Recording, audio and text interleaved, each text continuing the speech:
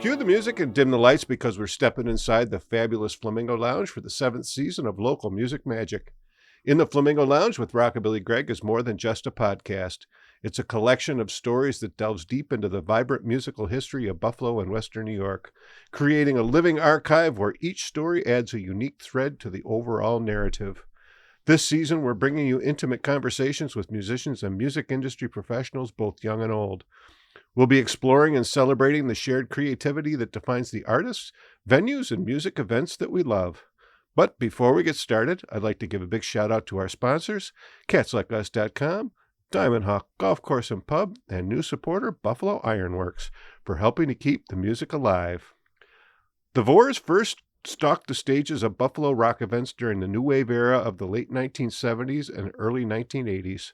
Their music was labeled punk at the time, but much of the tense dissonance they perpetrated was actually ahead of its time. Their style of music has since come to be categorized as post-punk, incorporating elements of punk, funk, pop, no wave, industrial, and surf. The Vores created their own sound.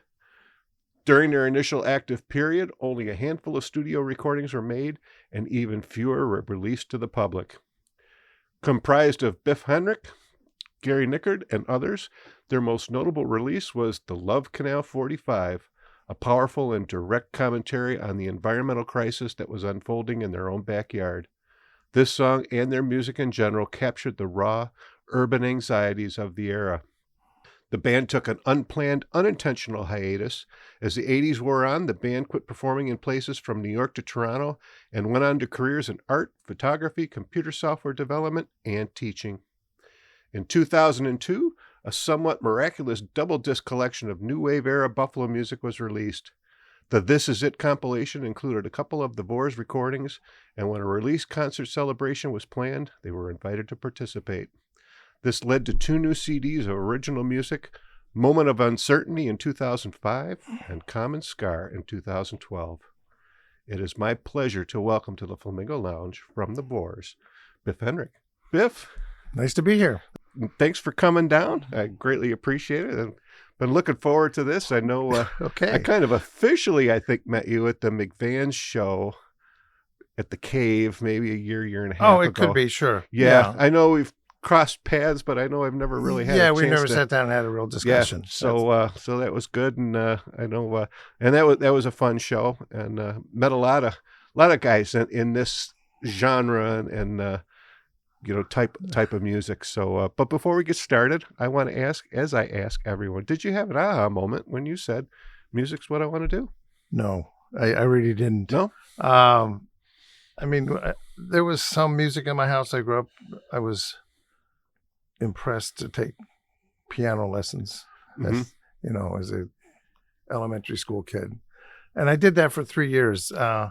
And grumbled about it a lot. But the best thing about it is that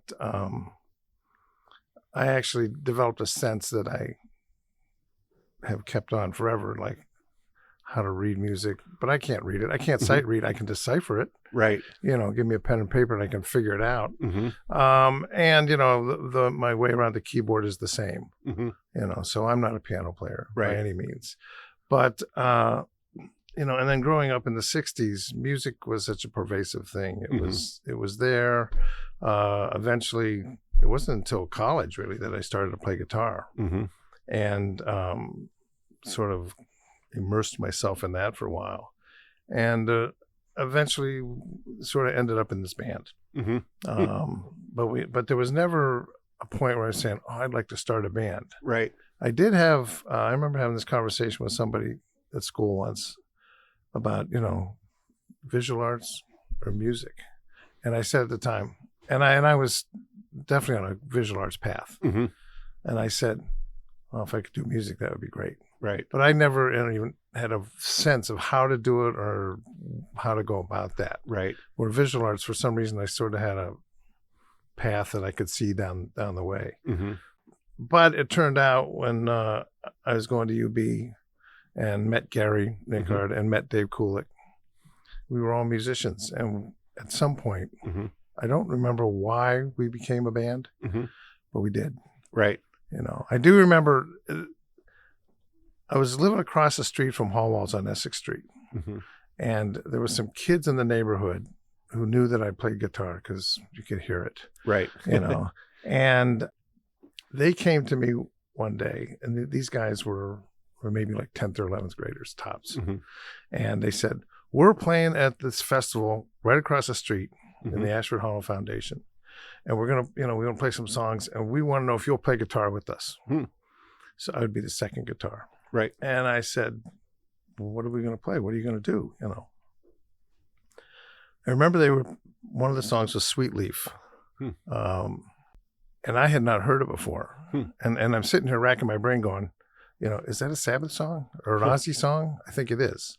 And they were going to do that. They were going to do Stairway to Heaven and one other one, which I can't recall. Right. And I think they had a fourth one, but it never got that far. So we went over to this kid's attic, went through the songs. Okay, I got them. I'm good. Mm-hmm. We went back, that night. It was literally that night, that day. Hmm. And so we went over, we played the thing and played the first song, which I don't recall, played Sweet Leaf. Mm-hmm. And then the Stairway to Heaven comes up. And I just looked at the other kid and I said, yeah, I'm out on this. Because that was not something to do without any rehearsal. Right. Yeah. And that was fine. And he butchered it. Mm-hmm. And he didn't care because he thought he was having a great time. And he was. And Gary was there. And I remember seeing him like standing down below the stage, like sort of right in front of us. And he came up to me afterwards. He goes, I want to be in a band with you. And I said, okay, let's figure it out. And so I think that was the seed. Right. When it happened. Oh, cool. That's awesome. So it was, and we got shut down because it was too loud, and it was 11 o'clock at night, and it was outdoors. But those kids had fun. I will say that. Right. There you go. Now, about what time was that? Like late 70s? So that's 78, I think. Okay. If my memory's right on that, it's probably summer of 78 because it was outdoors. Mm-hmm. And it was soon after that we did that. Mm-hmm. Started the band. We played the first gig in September that year. Mm-hmm. And I'm singing, I think it's 78. We played at, it was called The Spectrum, and it was on Elmwood Avenue. It's now CVS. Mm. And there was Scott Schiller, Snake Productions put together this show. And Deborah Larry, who we already got to manage us, even though we hadn't played out yet, but we worked with her also at like CPA Gallery and stuff. And she kind of knew everybody. She got us the gig and it was the Vores, Davy and the Crockett's, and the Enemies. Mm. Oh, great lineup. And we were the new guys, so we were third on the bill. And I don't recall which one went first or second between the other guys. But I mean, both of those bands had only played out a few times before that. So it wasn't like they'd had a long history. And that's where I met Dave Meinzer, who's in the Vores today. Right. And met all the guys in those bands, the Enemies, everything. Mm-hmm. And that's the first gig we played. The funny thing about that is the Enemies were putting out a record. I don't know if they had it out by then or not, but soon after. And the B-side was Secret Agent Man that Johnny Rivers had done. Well, the Crockett's also played that song, and we also played that song. The good news was we went first, so we got to play it. Oh, there you go. And I think the Enemies played it anyway. Right. They said, yeah, well, this is all the songs we know, so we're playing it, right. Kind of a thing. So it was on everybody's list, I think. But so we played that. We then played a private party at Hall Walls and decided at that point we should put out a record. Okay. And we had already started to write songs like from the get-go for some reason. And Dave Kulik is quoted in an article in the Buffalo News someplace. I think Dale Anderson wrote it. That he said, there's no point in playing music if you're not playing your own stuff. Mm. And that was a philosophy that we subscribed to, I think, but did not necessarily, go in with that vision. Right. It evolved. The whole thing evolved. So we recorded the Love Canal EP, has 4 songs on it. And by the time we played our third gig, wherever that was, now I can't recall, we had the record out. Mm. Cool. So that's sort of that basic beginning genealogy, what happened. Right. Yeah. Yeah, I know. I've been trying to get my hands on one of those, but they're On the not Love Canal cheap. record? Yeah. Yeah, I guess they're not cheap. I think I have 2 copies. Yeah. I think. Yeah. I know I have one. Over here, I've got the 4-play one that. The For Now? Yeah, For Now. Yep. Yep. Yeah, For Now. Yep. But yeah, well, we sold them there. We took them over. It was played against Sam's at the time. They sold them, and we made a trip. One of our trips to New York, we just went around to record stores and sold a ton of them. Right. Oh, that's great. You know, you'd walk in and they'd put on. They go, yeah, okay, and they'd give you $1 each, and off they go. Right. So it's funny. They come up in funny places too. Yeah. You know. So, we sent one to Robert Christgau to review, and he sent us back a note, which is very nice, right? And he said, "Great cover." Which is like saying, you know, I like the frame on that photo. Exactly. What does you know anyways, right? Yeah. So he never said anything else about it. But right. That's okay. So now who was the writer, like the lyricist of the group? Did you all like contribute or? Yeah, it was primarily Dave and I. Okay. And Love Canal, I wrote those words. And I think the first 4 songs, I wrote that. I wrote Amateur Surgeon, which is on there. Dave wrote, forget that guy was the second one. So he wrote So Petite and Get Out of My Way. Okay. So we split it. So he and I were both writing things at that time. I mean, we would bounce lyrics off of each other. Right. But primarily one or the others would come in with lyrics. A lot of times the music would come organically as we practiced, warmed up, that kind of thing. That's how Love Canal, that whole riff came about, was just a rehearsal. And then I got some lyrics, maybe they'll fit. Right. So it wasn't like sitting down to write. That did come later, but at that time, that's not the way it happened. It was a mashup. Right. Well, now, did you grow up near the Love Canal or? No, I grew up down in Pennsylvania. Oh, I grew up down in Erie, Pennsylvania. But of course, at that time, we all knew about the Love Canal. Oh, gosh, yes. Yeah, I remember that. Yeah. Even though I was in Fredonia at the time. So yes, that's where I grew up. It was a national story. Oh, gosh, yes. Yeah, it was the biggest thing, I think. And we were, horrified, and the record got us a little, bit of buzz, not just in the music community. Channel 7 did a little blurb on it, and Dave was interviewed by Marie Rice. Oh, okay. Yeah. And so they talked about something a little bit, but she said to Dave, "So what do you hope to accomplish, by writing a song like this?"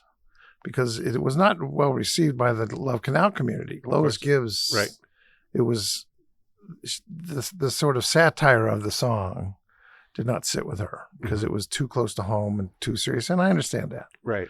But for us, we were in the art world and we were used to that kind of thing. Right. And we thought it was even better. And at that time, a lot of music was particularly satirical. Right. And, but Dave just looked at her in the camera, with the straightest face, we hope to save the world. And she's going, "No, really." No, really. He goes, yeah, that's the message. Yeah. Which actually was the message, but we didn't have any aspiration that it would work. Right. Wow. Now I mentioned in the intro there that you kind of blended a lot of sounds. So how did your sound come about? I know that was a pretty cool time though in music when there was a lot of really cool different sounds. And if you think about like I say, like that late 60s time and listening to AM radio, that's where we heard everything. Right. They weren't formatted in a strict manner. They played Motown, they played rock, they played country, they played all that stuff, one song after another. And so and I think Dave, and Gary both heard that, same formula. And I think that it just was natural to us that you could put anything in anything, as a possibility. Right. And we would experiment with that. I mean, and there were times we had I played a trumpet in one song, and I don't play trumpet. Right. I couldn't tell you what I played. I just make a noise. And Right. Dave, on the other hand, did play trumpet. Mm. So he grew up. I was playing piano as a kid, but he was playing trumpet as a kid. Right. And so he plays that in another song, but he plays it within the song, within a real structure, within the key that we're playing it in. Mm-hmm. All I'm doing is just blasting out notes. So I mean, anything went, in that regard. Right. And then at that same time, we're being introduced to a lot of the New York musicians who are more in the art scene and the experimental music world, and so there were aspects of that, even like Phil Glass kind of stuff. Right. And Tony Conrad lived here in town, and Tony Conrad, we didn't know it at the time, necessarily, because he really was, didn't brag about it so much at that time. So was really instrumental in all kinds of sounds that we now hear, And I think his quote was, you don't know what I've done, but you've heard a lot of what I've done. Right. Because he was where he worked with Lou Reed and John Cale and those guys, and before they were the Velvet Underground. So all that stuff was around, and being, working at Hall Walls and SEPA, I was working there, and we were all associated with it. Whenever a performer came to town and needed musicians for some reason, it was us. Right. It was, this artist Mike Smith came to town. And he did a performance called, I think it's called In My Basement, and it was sort of based on TV show stuff. But he needed a bass player, so Gary was the bass player, right, playing live, because it was all live performance. And Gary was playing this stuff that sounded like those soundtracks on bad sitcoms and things, which is good. But on the other hand, then Dave, Gary, and I, Tony Conrad, Stana Vasulka, and Keith Sanborn, we all were enlisted to back up a performance of Laurie Anderson when she came to town. Cool. For Hall Walls. Right. And we had a rehearsal. We had 6 parts. We actually had to learn the general outline of what she had, which was pretty straightforward. It took me the longest to get it out of the 6. Right. And then we actually had little speaking parts. And that's on Hall Walls' website, actually. Oh, cool. And they say, and I don't dispute it, that that's the earliest live recordings of Laurie Anderson. Well, no kidding. That are out there. So there's that whole performance. It's a pretty grainy video, but you can get the gist of it. But so we sort of had that stuff sucked into us. So lots of influences without rejecting anything in particular, although everybody has their own tastes and everybody has the things that resonate with them. Right. There's lots of things we rejected, but nothing out of hand in that way. Right. And some things that I would not have done at that time, I would incorporate later, because you would find a way to make it fit with whatever was going on. And you evolve over time, of course. Right. Now, kind of give me a little background, because I just kicked myself because I wasn't around at that time here in Buffalo. What was the scene like? I mean, you had, like you said, Davy and the Crockett's, you had the Enemies, you had the Good, you got, Vores. Yeah. I mean, there was great bands. Tons of bands. Yeah. All the Kenmore guys, Freeland, Paper Faces, George. Right. All those guys. Jack Nance. What was the band Jack Nance? He had a band called the Indians. Before that, he had another band. Oh, The Secret. Oh, okay. Yeah. And, so all these guys around, there was only a handful of places to play. Right. So everybody played at McVeighn's all the time. Right. And of course, the time, as we know, is different. If you stayed home, you had nothing to do. Right. So everybody went out. So we would all go see the same bands over and over again. And, McVeighn's held a couple hundred people, I think, but it was full most nights. And that's how we got to know everybody. And, different people joined different bands sometimes. Sure. And you would hear each other, and we all, I think, liked most of what we all did. And everybody had sort of a unique sound to themselves. Right. You knew what an Enemy's sound was going to be like when you went there. Mm-hmm. You knew, well, with Freeland, you might not know, because he was all over the place, Right. in a good way. He was all over the place. But so it was robust. Mm-hmm. There were people showing up. Right. To get people to go to gigs now is a trickier thing. Yeah. You almost have to be personal friends with them and send them a message that said, "You're coming, right?" Right. And that's how you get people to show up. Yeah.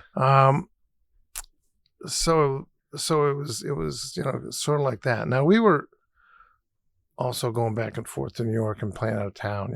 Sometimes some of the bands. Mm-hmm. We went up to Toronto a few times, playing Rochester, Syracuse, down to Pittsburgh. And we had, because the Art World connections, we had access to New York, which was good. Mm-hmm. There was these filmmakers, Scott and Beth B, had come to Hallwalls to show some films. And at the time, they're showing Super 8 films with sound, which the technology was available finally that like people could do it. You and I could do it. Everybody could do it if you got the camera. And so they were here for a couple of days, doing whatever they were doing. And the Vores were practicing in the Sepa Gallery in the same complex on Essex Street. And they were, at the time, the artists would stay at Hallwalls. So they heard us, they came over, and we're talking to them, and they're going, "Well, look, we're playing, we have a new film called The Offenders, and it's in, I think, 8 parts. And we're doing it over the course of a month in April. We're doing like 2 parts, a night for 4 nights at Max's Kansas City. And in between and after we have bands, do you guys want to come down and be one?" We're like, "Yeah, I think we do. Yeah. That'd be a good idea." So that's how we got to New York in the first place. Right. Was through those guys. And so once we're coming to New York, then of course you call up CBGBs, you call up, other places and say, Right. "Our band's coming to town and we're playing at Max's. Can we come over and play with you?" And that's how it started. Interesting. Yeah, it was interesting that first night, they'd show some film, then there'd be a band, then they'd show some more film, then there'd be another band. That first night was us. It was a band. I couldn't tell you who it was, but the other one was called the Rotating Power Tool, but it was really just John Lurie playing saxophone, solo saxophone by himself. We became friends with him. He came up here later for a couple different things.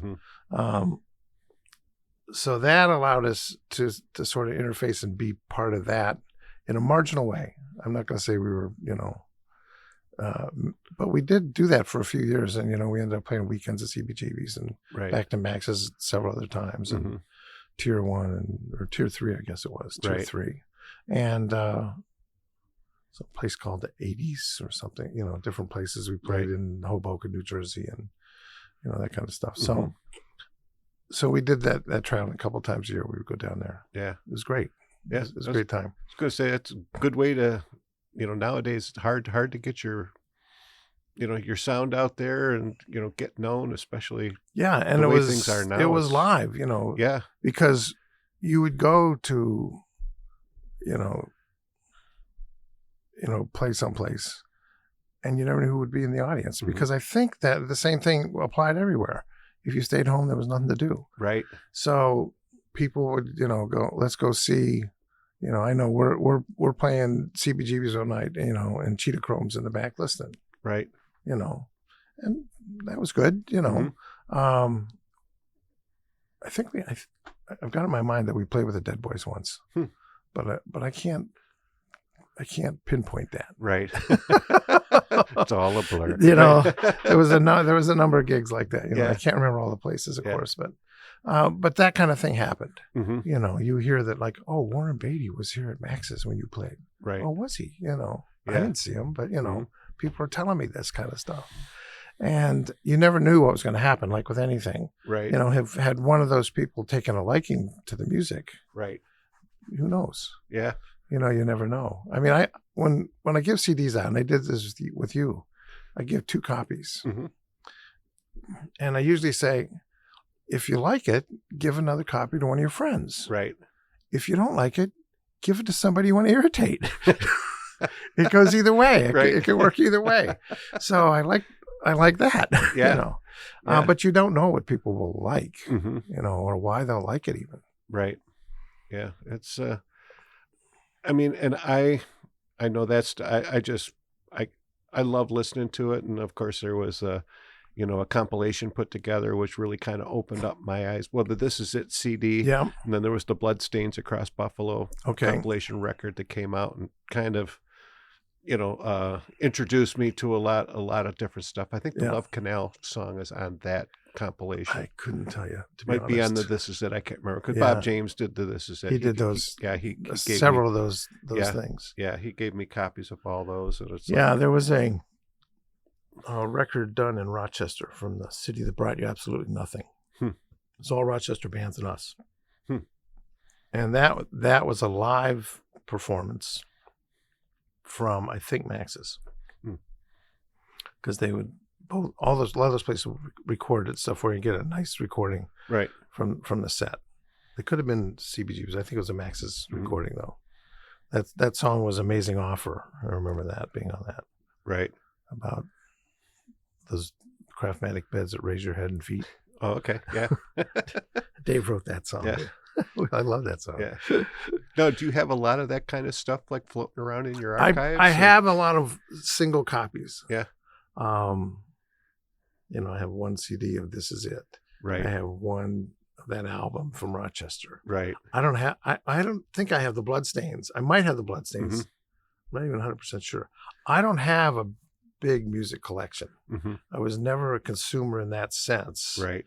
I mean, I had records and I had 45 and stuff, but I was never like, all my records can fit into a shelf that's about 5 feet long. Right.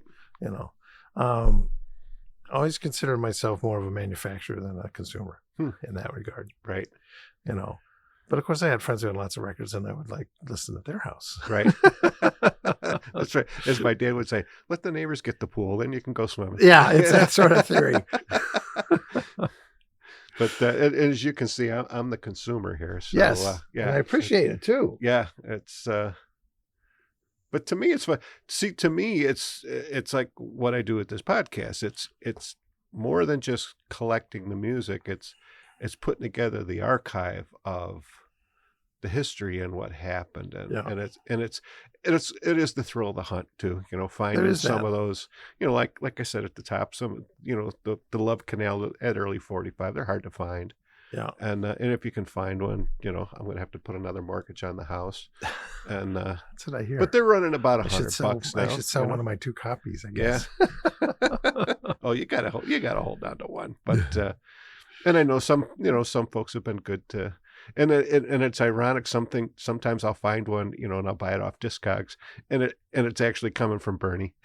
Oh, that's hilarious. Yeah, he'll send me a little note. Hey man, thanks. For, I threw this in for you too. And I'm like, nice. Yeah, he's cool. He's great. So, because I know you mentioned that on the new CDs, that's the one cover you've done is Walk Around the World. Oh, he comes up to me one day, he knew we were recording that second CD at the time. He goes, when are we going to record one of my songs? He goes, I don't know much longer I'm going to be here on this earth, kind of thing. Right. I go, I guess we got to do it now, Right. So that's when we decided to do it. Yeah. And of course, he's still here. Right. Of course.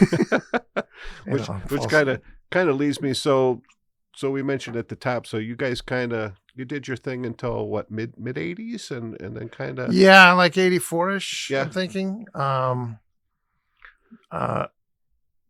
And interesting, the last, not the last thing we did, was it the last? I'm just trying to get the timeline right here. So we went through a period, throughout that whole first 6 years or whatever it was. Drummers would leave, you'd have to introduce a new drummer, and then it takes you a couple months to get them up to speed. Right. Dave Kulik left, and he ended up, at the time leaving town. So we replaced him with a keyboard player, Mary Kay Sandor, for a while. So that was, for a year, and then she decides to leave, and then you got to introduce somebody else. The last iteration of what we were doing, and we were trying to find a different name. We wanted to change the name of the band because it was Gary and myself, and at the time TJ, who was our drummer, Tom Johnson, and we had, the three of us had been together for several years by that time. But the Enemies had broken up. Joe Bomzak went off to do the restless thing. Mm-hmm. And we got Fred to sing. I always thought Fred was a really good singer, Right. you know. And Manny Guevara to play guitar with us. Okay. And that lasted about 6 months. And then we played 2 gigs, and Manny says, yeah, okay, I'm done. And that's the way it went. And after that, I said, okay, I said to Gary, I said, you want to keep doing this? I'm fine with it, you know. Mm-hmm. But you tell me when and where to show up. I'm tired of, like, you know, training guys and then they all leave. Sure. But after that, we did, the 3 of us, Tom and Gary and I, we did do a couple recordings at BCMK. Mm-hmm. One of them is on that 4-band compilation. Right. But there was a couple other songs that never saw the light of day in that form. We later re-recorded them for, I think, the Moment of Uncertainty album. Mm-hmm. One of them was I Do Not Respond and Heartbeat. Those 2 songs Okay. re-recorded, didn't show up until later. Right. But we had them in the can on a cassette. Mm-hmm. And then, of course, that studio folded, and I don't know what happened to the recordings, you Yeah. know, the actual masters and stuff. Mm-hmm. So at that point, you know, I had sort of said that, and Gary then moved to New York shortly after that, and pursued his art activities. He worked in galleries as a director, you know, artistic director, executive director is a different thing. He worked for Nickard Gallery and Artist Space in different places. Eventually, in the mid '90s, he came back to Buffalo to teach at UB. You know, at that point, he's saying, you know, and we were always in contact. You know, we were in constant contact. He said, "Oh, let's start playing together again." I said, "Yeah, okay, let me know." But it wasn't until Bob James called, and I said, "Okay, it's time." And I called Gary. He goes, "Yeah, let's go." You know. Yeah. He said, "What do we do about this?" I said, "Well, I know a drummer." Mm-hmm. And it was Patrick Hayden, who still drums with us. He was in a band called Velvet Devil with Brian Grunert. Oh, with Brian. Okay. Yeah, our mutual friend. Yeah. And I'd seen them play, and I knew he was a good drummer. And I said, "Look, we're only doing this one-off gig." I said, "I've got my 13-year-old nephew. Mm-hmm. Let's get him to do it. He can play." Mm-hmm. I've seen him play. He had a band out in East Aurora, you know, and I saw him at like the middle school talent show or something. Right. I said, he can learn, you know, these few songs we're going to play. It's like 4 songs, I think, at that time. Mm-hmm. Gary said, "You sure?" I said, "Yeah, we can do this." And we did. Mm-hmm. And so Scott Ryan, my nephew, was in the band for 14 years. Wow. He grew up in the band. Right. At one point, he said, "I've been in this band more than half my life." Right. You know, but eventually he moved on as well. Sure. And that's when Dave Meinzer stepped in. Because when Scott couldn't do it, because he had work and sometimes he traveled for work, Dave would always step in anyway. Mm-hmm. Because Kathy was playing in the band. Right. Dave knew all the stuff. He recorded the first CD with us and was around on the second CD as well. Mm-hmm. So he knew the material. And Dave's one of those musicians who retains that stuff. Right. You know, I'm not like that all the time. There's certain things I retain. But if you say, "Oh, yeah, we have to go play an old song," I'll have to sit down and listen to it and go, "Okay, yeah, that's how we did it," and then just refresh myself. Right. But he's got it locked in. There's a couple guys like that. Bob Kozak's like that. Wow, that's amazing. He can do it too. Yeah. I'm not that guy. Oh, I can't sing a song tomorrow that I sang today, you know, without I'd have to look at the lyrics and stuff. Well, lyrics are the hardest part, remembering the lyrics. Yeah. I'm notoriously mixing the verses up. Yeah. I get the whole verse right. Mm-hmm. I just get the verses out of order. Nobody knows. Yeah, no one knows. It's not a live performance. They don't know, right? Right. Nah, nobody's ever called me on it, except people in the band. Well, it's hard on Kathy, who sings so many backup vocals. She's got to know what verse I'm on. Yeah. If she's going to sing with it. Yeah. So it's tougher on her, I think, than anybody. Yeah. Well, hopefully people are listening. But you know, as my buddy says, you follow the vocalist, right? I think you do. Yeah. Yeah. You know, in that case, you have to. Yeah. It's you know. Which makes it better if you don't have backing tracks and all that kind of stuff, or looping and doing all that stuff. You can just do what you want, right? Yeah, that's the beauty of live performance. Yeah. I think. So let's talk about a song off that first record. Okay. And forgive me because I don't remember which one was what. Scar was the Common second. Scar was the second one. It was Common Moment of Uncertainty was the first one. Right. So, and I know I reached out to you and I said, hey, what songs do you think you'd like? And you said, you pick. And I'm like, oh no, pressure. No, that's no pressure. Nope. But you just pick the ones that you're interested in for whatever reason. Well, I picked Joke off the first album because for me, that brought me back because I went to college 82 to 86 in Fredonia. And that was a great scene, And I said, man, I can just picture myself sitting at BJ's in Fredonia and listening to this tune. We played Fredonia about that time. Oh, I'm sure you did. Yeah.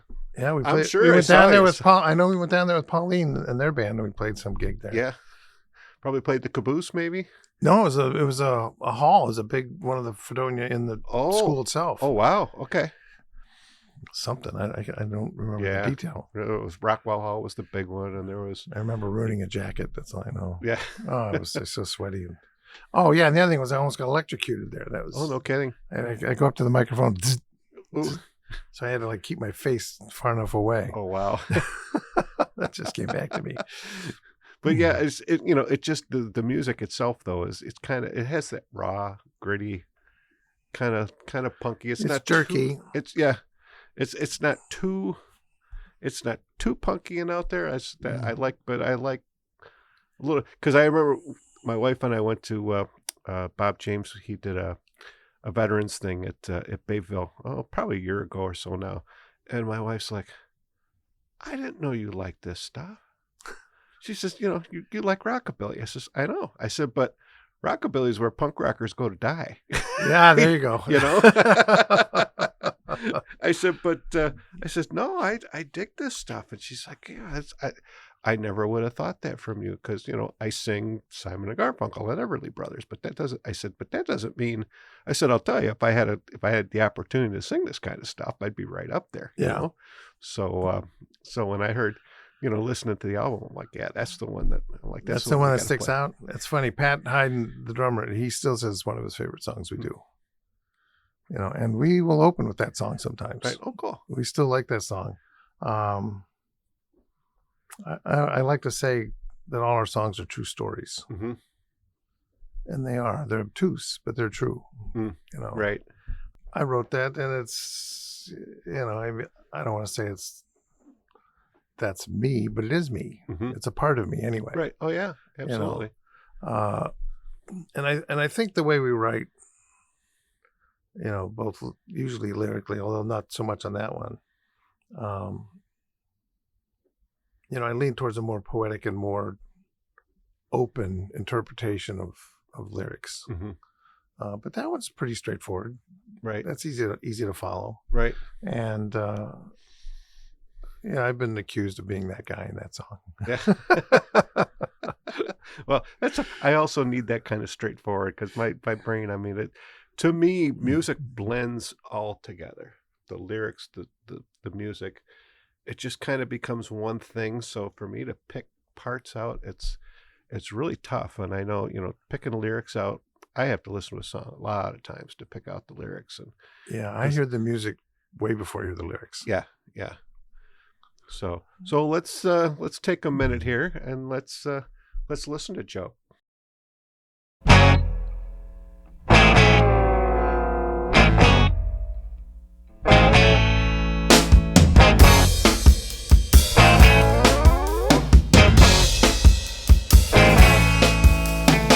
to hear a joke? Want to hear another? It's not really funny. From my brother. Oh, I think that we're the same age. I think we think alike. Oh, I have a little joke. Oh, I think that you might like. I have a joke. It's my protection. I have a joke. Well, I'm just uncomfortable. I have a joke. It's oversimplified. I have a joke.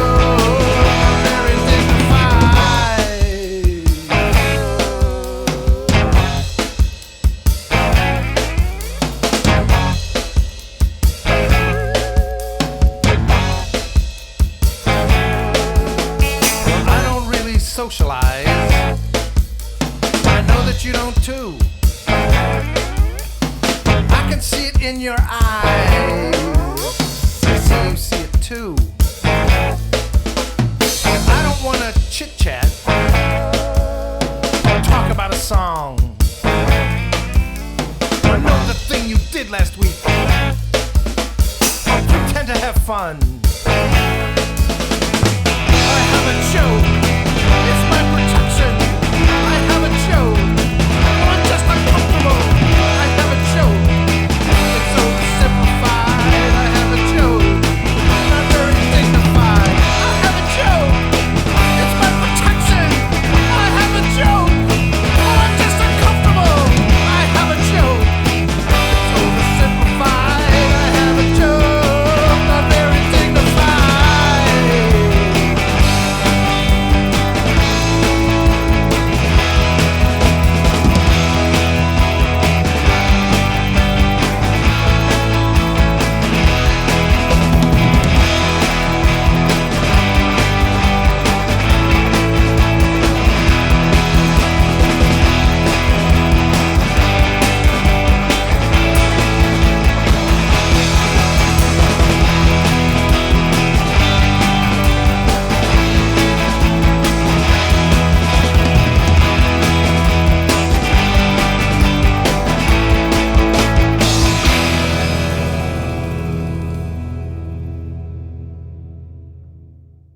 Yeah, I love that little slide. Oh, at the end or in Just general? in the middle. Yeah, just Yeah, that's there's those fills, those guitar fills. Yeah.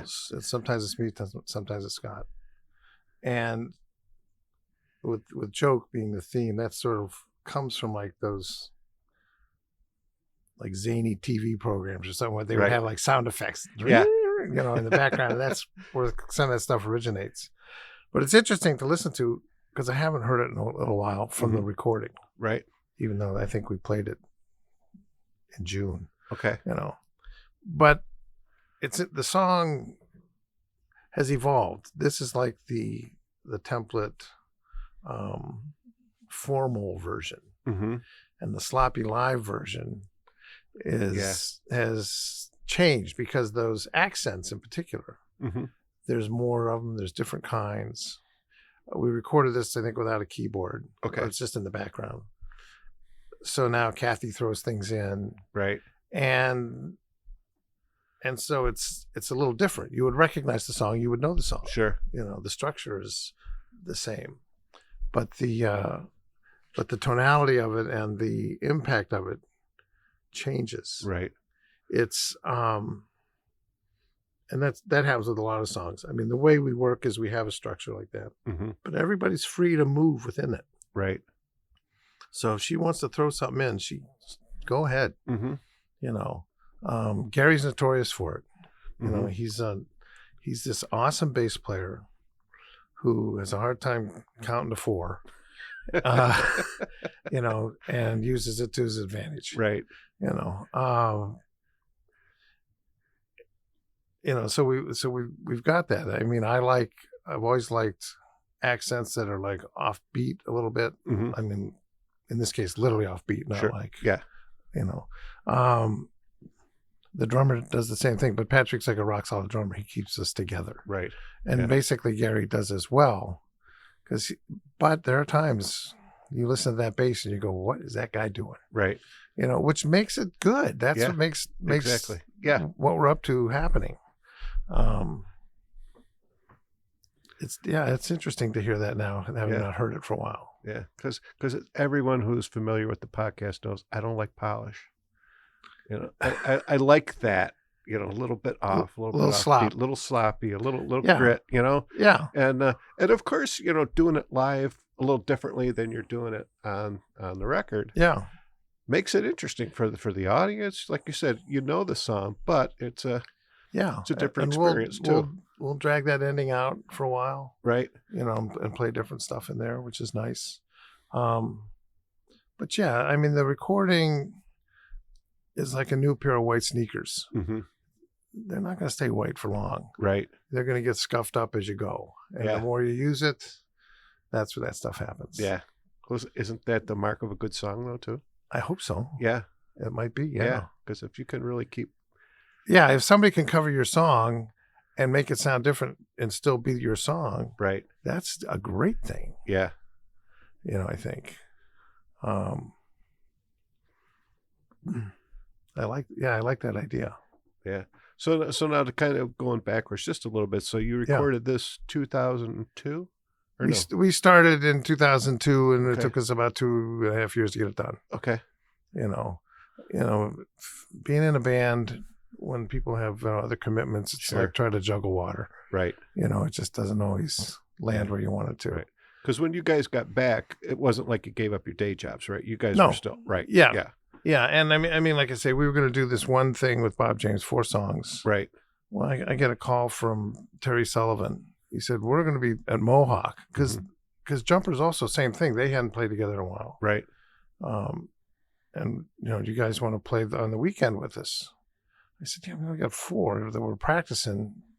So we said, okay, we'll do 8. So we got 8 songs. So that weekend afterwards, we played the Mohawk. Also before they had the backstage, all that cramped in that little front stage. And it just snowballed from there. Then Marty called up and said, oh yeah, you want to play this gig? Okay. And that's how it got going. Right. So it, and it hasn't stopped since. We don't play regularly. I mean, frequently. Sure. But we do play every year. So that's good. Who's your current lineup? It's myself. It's Dave Meinzer, Gary Nickard, Kathy Carfagna, and Patrick Hayden. Cool. Yeah. Mr. Hayden, we call him. There you go. High school principal. Oh, no kidding. So he's Mr. Hayden. Mr. Hayden. Yeah. Because Dave was the one you reached out to me and says, hey, Dave says you gotta get on Greg's show. So, which I thought was pretty cool. Yeah. Well, Dave sent me a message and said, Greg wants to talk to you. Yeah. I said, oh, okay. Yeah. Oh, yeah. Yeah.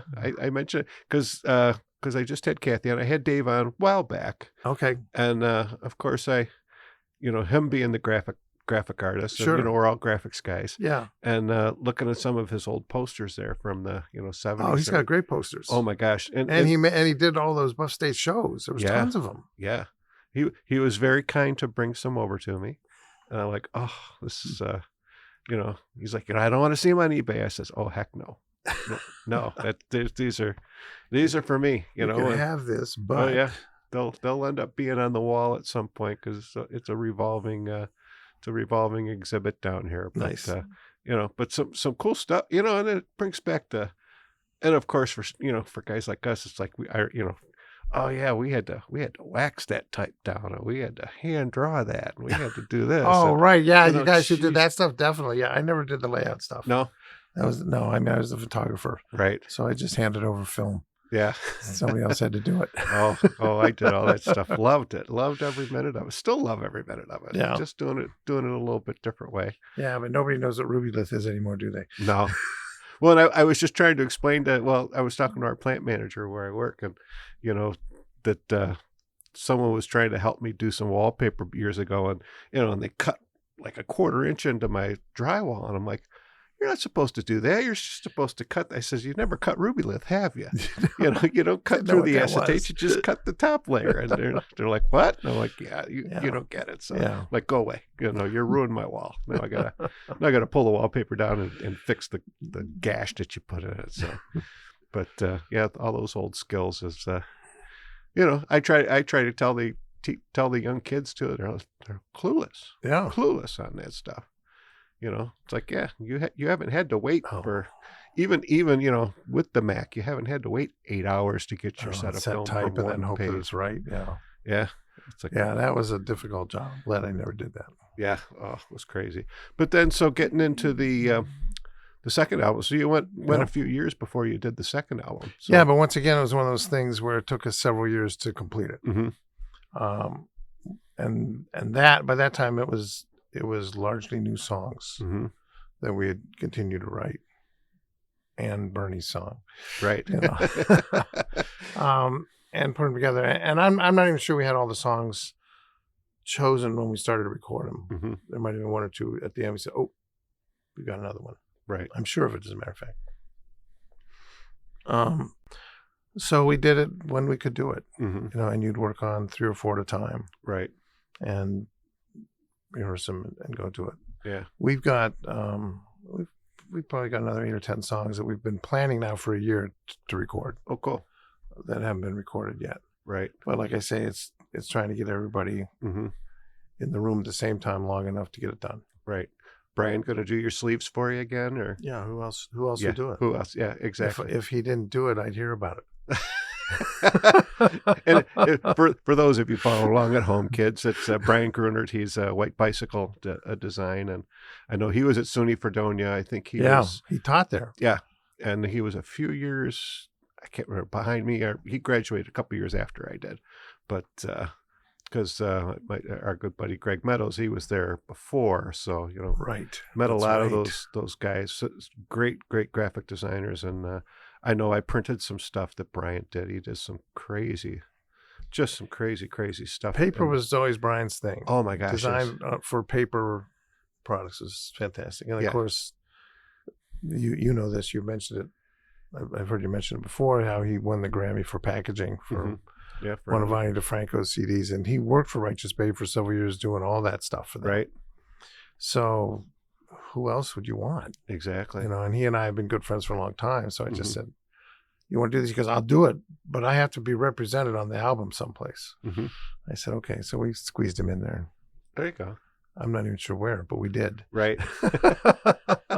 Well, and they're really unconventional, but really cool sleeves for the nice vellum belly band around it, and it's some pretty. I know the printer in me goes, cha-ching. I mean, those aren't easy pieces to. Yeah, we were fortunate To because our produce. friends at United Graphics, which was Yeah. since closed, but Right. they were. John Giblin was saying, "Yeah, we'll just make these." Yeah. There are not that many of them. Mm-hmm. Oh, well, that's It was nice. a squeezed in thing. I think we had to pay for the materials and Right. stuff, but Yeah. yeah, and doing a CD like that, it's as an independent person, I mean, it's not a moneymaker. You do it because you want to do it. It's Right. the love of the Yeah. product, and to have those packages, and they're a family of packages. They go together. They are absolutely. That one, you'll appreciate this. That second one on Common Scar, and we're talking visuals here on the radio, but it folds out into about 5 or 6 pieces. Right. That's a printer's blanket from a printing press. Is what that is. It almost looks like library books or something, but Oh, okay. yeah, but that's the blanket for cleaning the press that those guys would run all the time.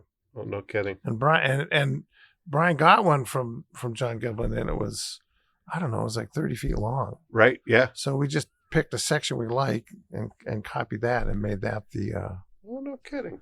yeah, that is. That is wild. That's one of the things Brian said. I always knew this would be good for an album cover, but I didn't know. Right. He never had the place for it. Yeah, that's very creative. And and as you mentioned, the consumer part. I mean, it's something that a consumer. I mean, for someone like me too, especially who collects, it's like that's really a cool. That's almost something you want to put on the wall. It's a different kind of a package. Yeah, it's a total different Yeah. package than your standard old jewel case. Kind of 4-page sleeve in there with the lyrics Right. and all that. It's like, wow, I don't think we have lyrics in there anywhere. No, I don't think there's any lyrics. Just the And it may be impractical, but who might argue with Brian that the songs are all on the disc itself, right. but not on the package necessarily. Yeah, just on the belly band. So Or if on the you belly band, If right? you lose your belly band, you're screwed, right? Yeah, that's So right. don't lose the belly band, kids. Yeah, give me a call. I have a few extras. Yeah, that's right. And I have an extra one I can give you. Yeah. But and I appreciate you giving me some music because I always do like to tell everybody I like to support everybody and do what I can. And, No, I mean, I'm happy to let people have them. right. We played Music is Art one year when it was down on like at the top of Franklin Street there, right by Robbie's studio. Right. And when we came out, I had 15 or 20 of that Moment of Uncertainty Mm-hmm. discs, and I'd written our next gig on there. Oh, okay. shot them out into the audience, threw them out there. Oh, cool. As promos. Right. Bernie was there, and he said he thought that was like the greatest marketing move he ever saw. Wow. Which I don't know if they showed up, but they got CDs out of it. So. Right. Yeah. Well, that's cool. Well, you know what, Biff? We're getting kind of close to the end of the hour, believe it or not. It's gone fast. It does go fast. It's great stories. I love hearing it. Just love hearing about this stuff. And really appreciative of you coming down to glad to do it, to tell your stories and share with me.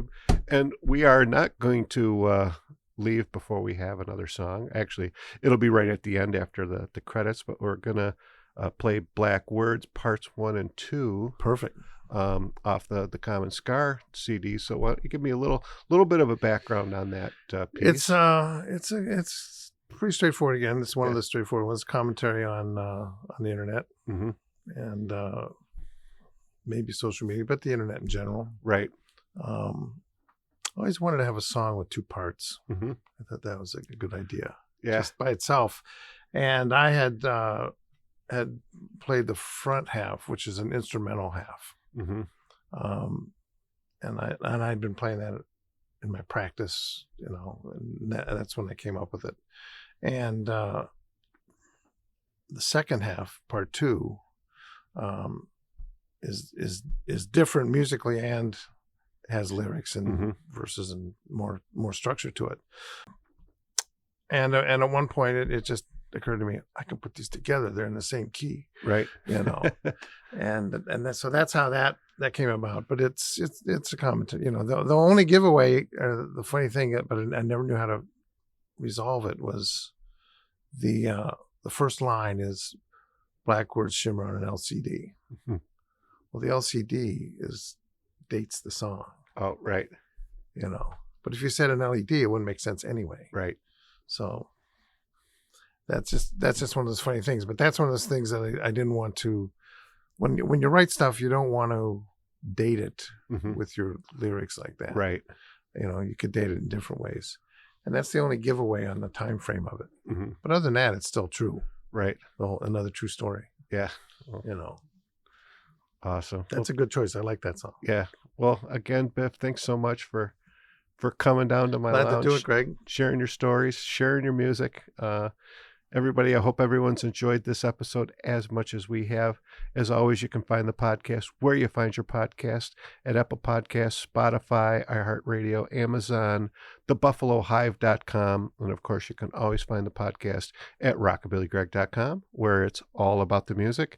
And I hopefully am going to have some special articles and maybe some photographs in digital flipbook form on the website. So be on the lookout for that. And again, Biff, thanks so much. And before you turn off the podcast, we're going to leave you with Black Words from the Common Scar CD. For everybody, again, thanks for tuning in, and we'll see you next week. Bye-bye.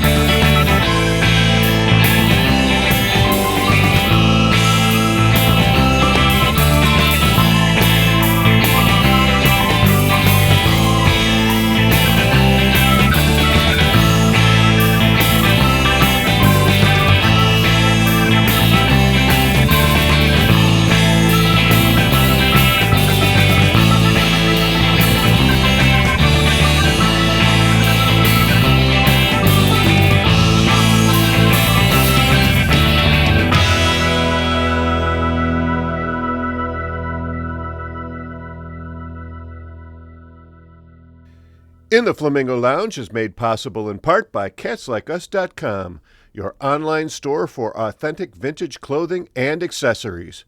Buffalo Ironworks, an intimate live music venue and bar located in the Cobblestone District in downtown Buffalo. And by Diamond Hawk Golf Course and Pub, Western New York's premier golf course, restaurant, and banquet facility. At the Hawk, the bar is hopping year-round with live music every Wednesday, Friday, and Saturday, and some other nights, too. Tune in for a new episode every Saturday at 9 a.m. EST at rockabillygreg.com, where it's all about the music. Bark, Zoe, bark. Good girl.